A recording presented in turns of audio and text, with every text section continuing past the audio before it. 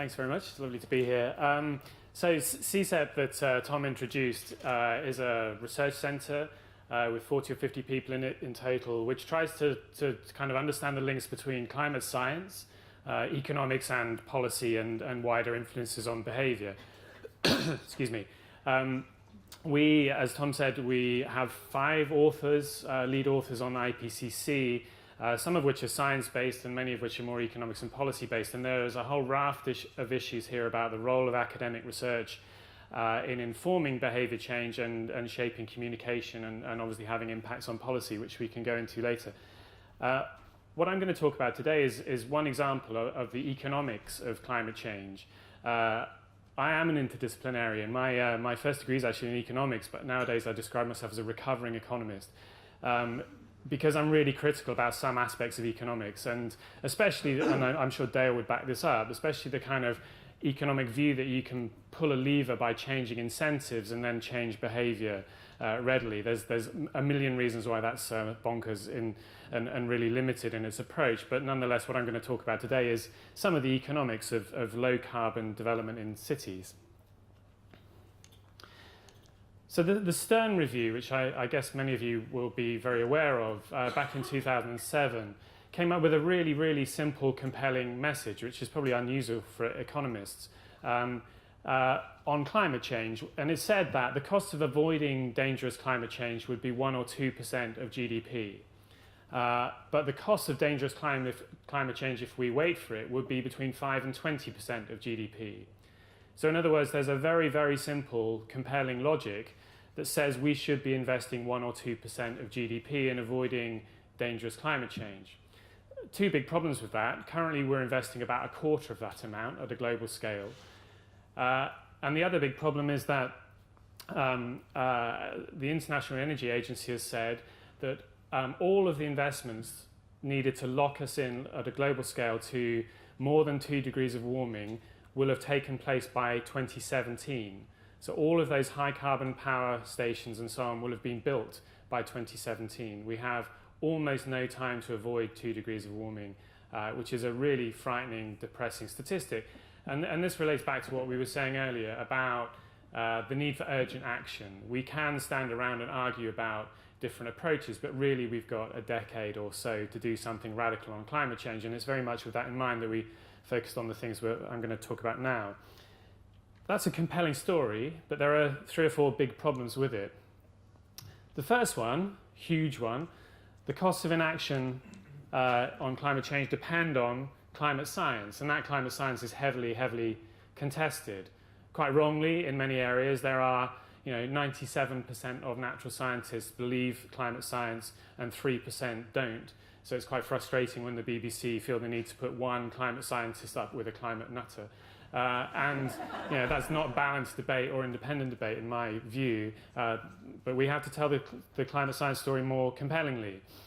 Second one is that the Stern Review tells a big story, but it's a global story, and it's a social story. So in economics, we're talking about what's good for society at large, and it's a long-term story. So it makes sense. It's a compelling story to act on climate change if your perspective is all of those things. But in some ways, it makes sense for everyone to act and for no one to act. Everyone has to jump together and invest that kind of amount of money if we're going to deal with climate change. And there's a huge incentive for free riding and then, relatedly, a massive collective action problem, which is why we've struggled to get global agreements on climate change.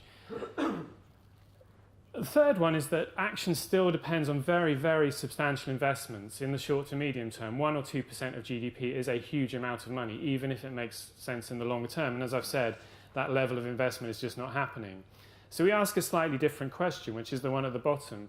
Is instead of thinking about a global, social, long-term case, we ask whether there's a local, whether it's relevant here in Bristol, for example, a private, whether you would actually invest your pension fund in this area and get some return for it, and a short-term case for climate action. Because if there is, then we can change the dynamics of the debate. We don't have to wait for global agreements because it makes sense for you to invest your pension fund and you will still get a nice pension at the end of it.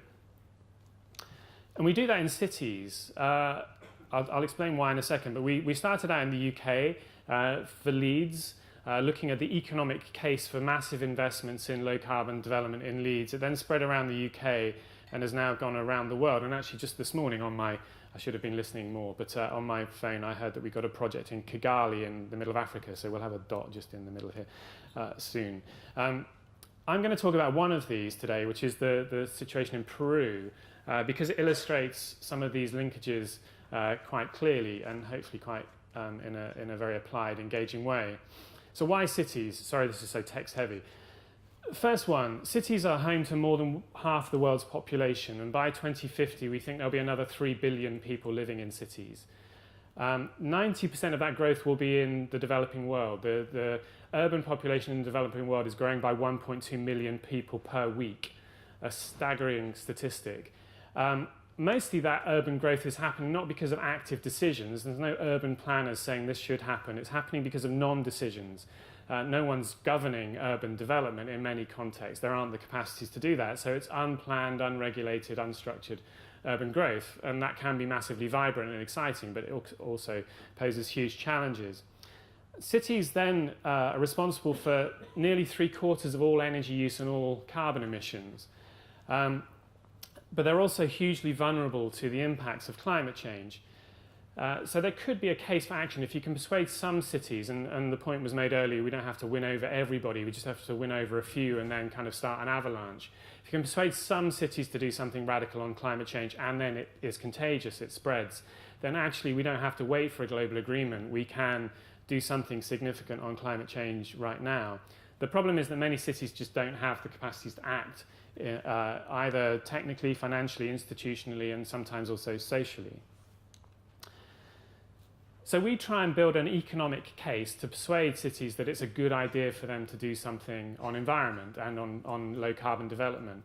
And one of the things we try to do is to kind of mainstream low carbon issues and climate change, take it away from, not away from, but supplement the power and influence of environment and sustainability departments, which tend to be on the edge and rather poor and weak and uninfluential, and kind of mainstream it into the heart of urban development policy by presenting so compelling an economic case that, you know, it appeals to the finance and economic development and infrastructure kind of areas of urban development which are much more powerful. So just one case study of this, we've done this in Lima in Peru. Lima is a really rapidly growing city. It has a population of about 9 million, but it's growing largely through informal settlements and land grabs, unplanned, unstructured, with little infrastructure, with huge social challenges that come from that. Somewhat by chance, it's also a very low carbon city, one of the lowest carbon cities in the world, actually, for two main reasons. One is 60% of its electricity comes from hydro, fueled by the runoff from the Andes that come down the rivers and drive the hydro plants. And the second is its climate. It doesn't need either heating or cooling because it's almost always between 16 and 23 degrees. It's also a massively vulnerable city. It's the second biggest desert city in the world after Cairo. It has 10 millimeters of rainfall per year. So it's incredibly reliant on glacial melt and runoff from the Andes and heavy rain in the high Andes, more than glaciers actually. And it has to take decisions in the face of huge uncertainties. And one of the biggest ones is to do with water. And this has this double whammy of effect on its energy, because if the rivers dry up, it won't have the energy from hydro. And also, if the rivers dry up, it won't have the water it needs. It's already hugely water scarce. And the climate science can't help really with that. The climate science actually says, the best estimate is that water supply through the rain in the Andes could increase water supply to Peru, to Lima, by 20% by 2050, or it could lead to a drying up and a reduction in water supply to Lima by 80%.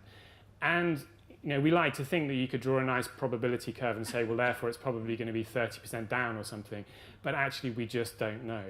And we cannot say. And my personal view, and this may be a bit contentious, is that we could spend squillions on more climate modelling and we still wouldn't know. So the question is more about how we live with that level of uncertainty. So if you're an urban developer in Lima, what do you do about that?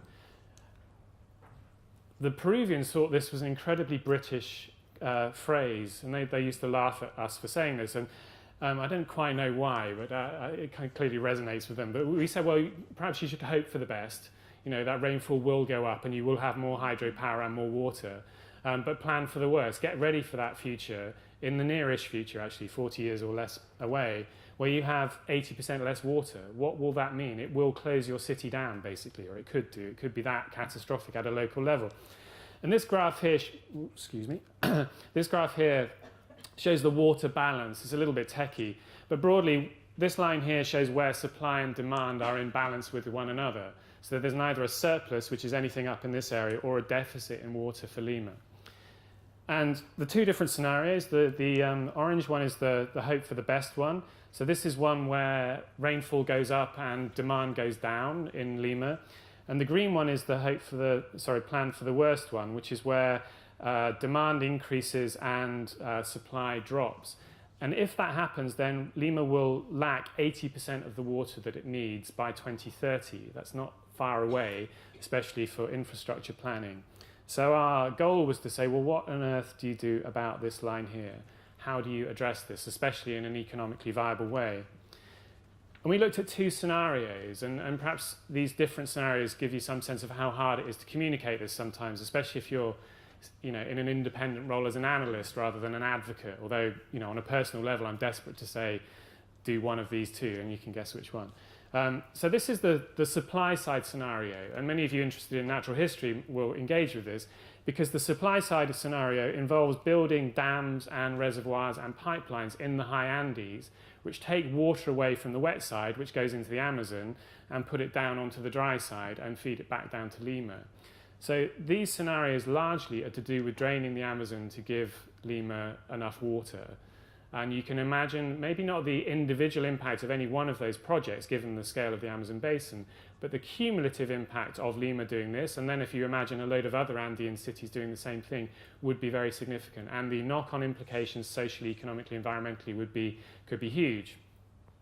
But the story is you can do it. There are available options to increase water supply, even in a massively altered future climate.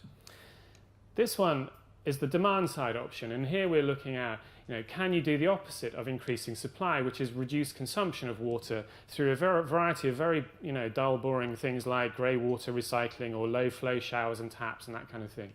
And there's also a positive story here, which is it's entirely possible to envisage a city which responds to that 80% water shortage just by becoming water efficient. Comparing the two, what we see is that the supply side option involves investment of $850 billion in pipelines and reservoirs and dams and that kind of thing. It would pay for itself in 11 years, so in development terms, not that challenging.